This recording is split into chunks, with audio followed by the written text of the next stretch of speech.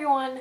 Today's going to be a bit of a rant, but before I start forcing my opinion on you that I like to think that you actually care about, I'd just like to point out how awesome my outfit is today.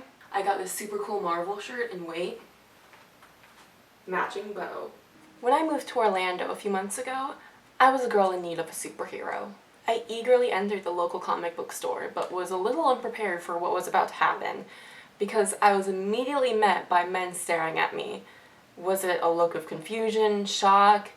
I'm pretty sure one guy just rolled his eyes at me. Lacking any help from the likes of Wolverine or Iron Man, I tentatively walked around the store, careful not to ask any questions, and after about the longest 10 minutes of my life, I walked out with my head down. Walking back to my car, I felt completely defeated. I had read stories about girls being shamed out of comic book stores and getting this stigma because they were girls in the geek world, but I just never really thought it would happen to me. This whole concept of a fake geek girl became famous in about 2012 when comic book illustrator Tony Harris went on Facebook and posted a whole post about how geek girls are just pathetic, looking for attention. And to be honest, at the time, I really didn't see a problem with that because I absolutely abhorred it and still kind of do when I see a cute girl in a shop talking to guys, telling them about how much of a sci-fi geek she is when obviously she hasn't seen all the Doctor Who episodes.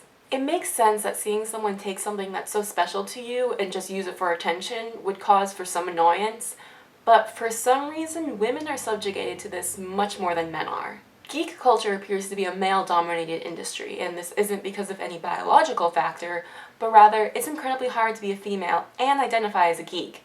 A group of men can talk about comic books, and barely anyone would question their credibility, but the minute a female does so, she's automatically yelled at for doing it for male attention. I recently traveled to San Diego Comic-Con, and I dressed up as the comic book hero Thor. And while a lot of the response I received was positive, it was kind of hard to ignore the subtle, and sometimes not so subtle, quizzing from men to make sure I was a true geek. No matter what women tried to do, we're always accused of doing it for male attention, or approval. Now, many men have spoken out against this geek girl stigma that Harris brought to light, but I think it's still prevalent enough that we should address it as an issue. No one has the authority to deem someone a true geek, female or not. As you watch this video, hundreds of geek girls around the world are hunched over sewing machines creating exact replicas of costumes worn by their favorite superheroes and villains.